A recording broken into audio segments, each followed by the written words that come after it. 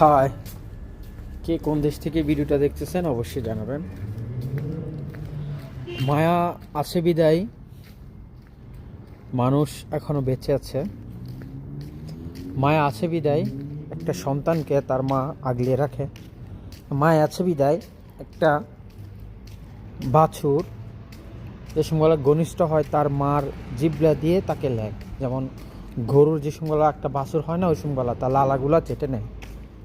So মায়া আছে বিদায় আমরা দুনিয়াতে বেঁচে আছি, আলহামদুলিল্লাহ রাব্বিল আলামিন। কিন্তু আমরা মায়ার জালে আটকে আছি। ওই আটকে থেকে আমাদের বের হতে হবে। কেন? কারণ মায়া এমন একটা জিনিস, মায়া ভিতর থেকে আসে, উপর থেকে নয়। ভিতর থেকে যেন আসে, তারপর কিন্তু আমরা মায়ার পরে অনেক সময় অনেকজনকে অনেক কিছু দিতে মনে চায়, কিন্তু সেটা আমরা পারি না। জানেন একমাত্র কেন? টাকার কারণে।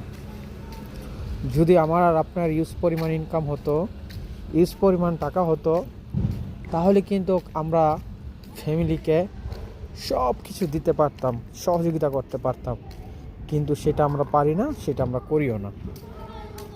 সেই জন্যই আমরা মায়ার জালে আটকে আছি, বাট আমরা ততটুকু ফ্যামিলিকে সাপোর্ট দিতে পারতেছি না। ফ্যামিলিকে সাপোর্ট দেওয়ার জন্য আমাদের মোস্ট দ্য ইম্পর্ট্যান্ট মানি, টাকা।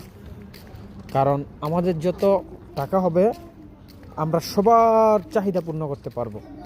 টাকা হবে না, সবার চাহিদা পূর্ণ করতে পারবো না। তো সেই জন্যই বলি ভাই, ফ্রি সময় পাচ্ছেন, যে সময়টা পাচ্ছেন ওই সময়টা নষ্ট করেন না। চাইলে আমার সাথে কাজের পাশাপাশি একটা কাজ করার রাস্তা তৈরি করতে পারেন। নো ইনভেস্ট, কোনো টাকা পয়সা আমাকে জমা দেওয়া লাগবে না, এমনকি টাকা পয়সা কোথাও জমা দেওয়া লাগবে না, ব্যয় থেকে আয়। যদি করতে চান, যদি বিস্তারিত জানতে চান, অবশ্যই আমার এই আইডির ভিতরে আমার নাম্বার দেওয়া আছে, আমাকে নক দিবেন। আসসালামু আলাইকুম।